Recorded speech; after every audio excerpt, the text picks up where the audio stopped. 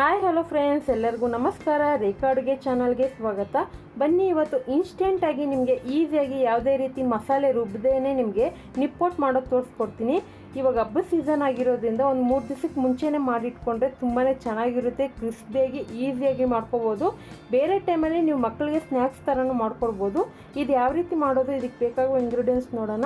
ನೋಡಿ, ಈ ಕಪ್ಪಲ್ಲಿ 1 ಕಪ್ ಆಗೋಷ್ಟು ಅಕ್ಕಿ ಹಿಟ್ಟು ತೊಗೊಂಡಿದ್ದೀನಿ. ನೀವು ಯಾವ ಕಪ್ಪಲ್ಲಾದರೂ ಅಳತೆ ತೊಗೊಳ್ಳಿ. 1 ಕಪ್ ಅಕ್ಕಿ ಹಿಟ್ಟು ತೆಗೆದಿಟ್ಕೊಂಡಿದ್ದೀನಿ.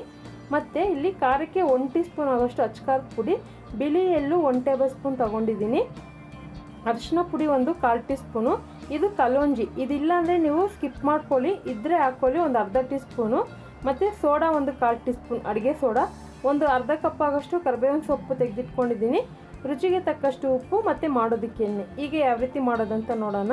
ನೀವು ಯಾವ ಕಪ್ಪಲ್ಲಿ ಅಳತೆ ಇಟ್ಕೊಂಡಿರ್ತೀರೋ ಅದೇ ಕಪ್ಪಲ್ಲಿ 1 ಕಪ್ ಆಗೋಷ್ಟು ನೀರು ಇಟ್ಕೊತಾ ಇದ್ದೀನಿ. ಸ್ಟವ್ ಮೇಲೆ ಒಂದು ಪ್ಯಾನ್ ಇಟ್ಕೊಂಡು, ಸೊ ನೀರಿಗೆ ಇವಾಗ ಏನೇನು ಹಾಕ್ಬೇಕಂತ ಹೇಳ್ತಾ ಇದ್ದೀನಿ. ಉಪ್ಪು ಹಾಕ್ಕೊತಾ ಇದ್ದೀನಿ, ಸುಮಾರು 1 ಟೀ ಸ್ಪೂನು. 1/4 ಟೀ ಸ್ಪೂನ್ ಆಗೋಷ್ಟು ಅಡುಗೆ ಸೋಡಾ. ಸೊ ನಾರ್ಮಲಾಗಿ ಸೋಡಾ ಯೂಸ್ ಮಾಡ್ತೀರಲ್ಲ ಅದೇ ಸೋಡಾನೇ. ಮತ್ತು ಇದಕ್ಕೆ 1-2 ಸ್ಪೂನ್ ಆಗೋಷ್ಟು ಎಣ್ಣೆ ಹಾಕ್ಕೊತೀನಿ. ನೀವು ಎಣ್ಣೆ ಬದಲು ಬಟರು ಅಥವಾ ತುಪ್ಪ ಸಹ ಯೂಸ್ ಮಾಡ್ಕೋಬೋದು, ತುಪ್ಪ ಫ್ಲೇವರ್ ಬೇಕು ಅಂದರೆ. ಇದಕ್ಕೆ ಅರಿಶಿನ ಪುಡಿ ಮತ್ತು ಕಲೋಂಜಿ ಅಂದರೆ ಸಮೋಸಾಗೆಲ್ಲ ಯೂಸ್ ಮಾಡ್ತಾರೆ, ಮತ್ತು ಹೇರ್ ಪ್ಯಾಕ್ಗೆ, ಹೇರ್ ಆಯಿಲ್ಗೆಲ್ಲ ಯೂಸ್ ಮಾಡ್ತಾರೆ. ಅದು ಈರುಳ್ಳಿ ಸೀಡ್ಸ್ ಅಂತ ಕರೀತಾರೆ.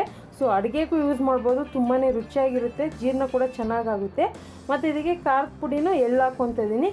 ಕಲೋಂಜಿ ಇಲ್ಲ ಅಂದರೆ ಸ್ಕಿಪ್ ಮಾಡ್ಕೊಳ್ಳಿ, ನಿಮ್ಗೆ ಅದು ಆನ್ಲೈನಲ್ಲಿ ಮತ್ತು ಡಿ ಮಾರ್ಟ್ಗಳಲ್ಲಿ, ಹೋಲ್ಸೇಲ್ ಅಂಗಡಿಗಳಲ್ಲಿ ಸಿಗುತ್ತೆ.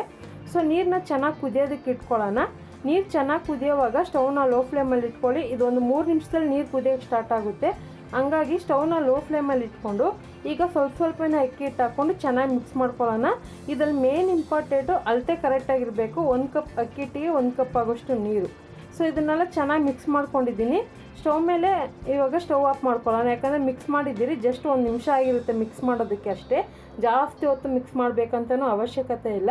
ಇವಾಗ ಸ್ಟವ್ ಆಫ್ ಮಾಡಿ ಇದನ್ನು ಒಂದು 5 ನಿಮಿಷ ತಣ್ಣಗಾಕ್ಬಿಡ್ತೀನಿ. ಅಂದರೆ ಸ್ವಲ್ಪ ಬಿಸಿಯಾಗೂ ಇರಬೇಕು ಮತ್ತು ತಣ್ಣಗೂ ಆಗಿರಬೇಕು, ಆ ಥರ. ಆದರೆ ಮುಚ್ಚಳ ಮುಚ್ಚಿ ಒಂದು 5 ನಿಮಿಷ ಬಿಡಿ.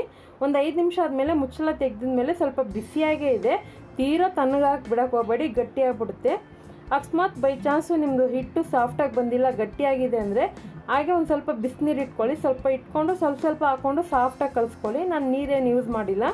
ಸೊ ಇವಾಗ ಇದನ್ನು ಚೆನ್ನಾಗಿ ಚಪಾತಿ ಹಿಟ್ಟು ಥರ ನಾದ್ಕೊಬೇಕು. ಎಕ್ಸ್ಟ್ರಾ ನೀರೇನು ಹಾಕೋಕ್ಕೆ ಹೋಗಬೇಡಿ, ಅದೇ ಸಾಫ್ಟಾಗಿರುತ್ತೆ. ಸೊ ಇದರಲ್ಲಿ ಏನು ಗೊತ್ತಾ, ಅಕ್ಕಿ ಹಿಟ್ಟು ಜಾಸ್ತಿ ತಗೊಂಡು ನೀರು ಕಡಿಮೆ ತೊಗೊಂಡ್ರೆ ಕರೆಕ್ಟಾಗಿ ಬರೋಲ್ಲ. ಎರಡೂ ಒಂದೇ ಸಮ ತಗೊಳ್ಳಿ. ಈಗ ಚೆನ್ನಾಗಿ ಕಲಿಸ್ಕೊಂಡ್ಮೇಲೆ ಎರಡೂ ಕೈಗೆ ಸ್ವಲ್ಪ ಎಣ್ಣೆ ಹಚ್ಕೊಂಡಿದ್ದೀನಿ. ಎಣ್ಣೆ ಹಚ್ಕೊಂಡು ಇದಕ್ಕೆ ನಾನು ಚಿಕ್ಕದಾಗಿ ಉಂಡೆ ತಗೊಂಡು ಈ ಥರ ಪ್ರೆಸ್ ಮಾಡ್ತಾಯಿದ್ದೀನಿ. ಇನ್ನೊಂದು ತೋರಿಸ್ತೀನಿ ನೋಡಿ. ತುಂಬಾ ಸಿಂಪಲಾಗಿ ಚಿಕ್ಕ ಸೈಜಾಗಿ ಮಾಡಿ, ದೊಡ್ಡದಾಗಿ ಮಾಡೋಕ್ಕೆ ಹೋಗಬೇಡಿ. ಚಿಕ್ಕ ಗೋಲಿ ಗಾತ್ರದಷ್ಟು ಉಂಡೆ ತಗೊಂಡು ಈ ಥರ ಪ್ರೆಸ್ ಮಾಡ್ಕೊಳ್ಳಿ. ಈ ಥರ ಬರುತ್ತೆ. ಇನ್ನೆಲ್ಲನೂ ಮಾಡಿಟ್ಕೊಂಡಿದ್ದೀನಿ.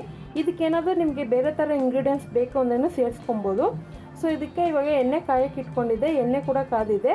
ಇವಾಗ ಒಂದೊಂದೇ ಹಾಕ್ಕೊತೀನಿ. ಈ ನಿಪ್ಪಟ್ಟನ್ನ ನೀವು ತೀರಾ ತೆಳ್ಳಗೂ ಮಾಡೋಕ್ಕೆ ಹೋಗಬೇಡಿ, ತೀರಾ ಮಂದಕ್ಕೂ ಮಾಡೋಕ್ಬೇಡಿ, ಒಂದು ಮೀಡಿಯಮಾಗಿ ಮಾಡ್ಕೊಳ್ಳಿ.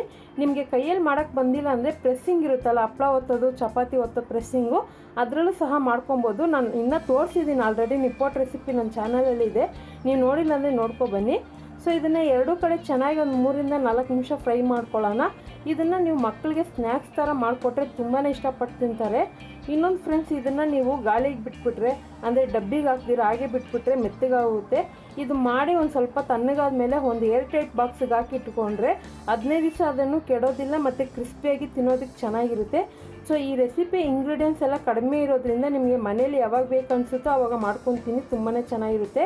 ಸೊ ಹಾಗೆ ಕರಿಬೇವಿನ ಸೊಪ್ಪನ್ನು ಎಣ್ಣೆಲಿ ಫ್ರೈ ಮಾಡಿ ಹಾಕ್ಕೊಂಡಿದ್ದೀನಿ. ಖಂಡಿತ ಈ ರೆಸಿಪಿ ಇಷ್ಟ ಆಗಿದ್ರೆ ಒಂದು ಲೈಕ್ ಮಾಡಿ, ನಿಮ್ಮ ಫ್ಯಾಮಿಲಿ ಫ್ರೆಂಡ್ಸ್ಗೆ ಶೇರ್ ಮಾಡಿ, ನೀವು ಟ್ರೈ ಮಾಡಿ ಯಾವ ರೀತಿ ಬಂತು ಅಂತ ಕಮೆಂಟ್ ಮಾಡಿ. ರೇಖಾ ಅಡುಗೆಗೆ ಸಬ್ಸ್ಕ್ರೈಬ್ ಮಾಡಿ. Thank you for watching. Bye.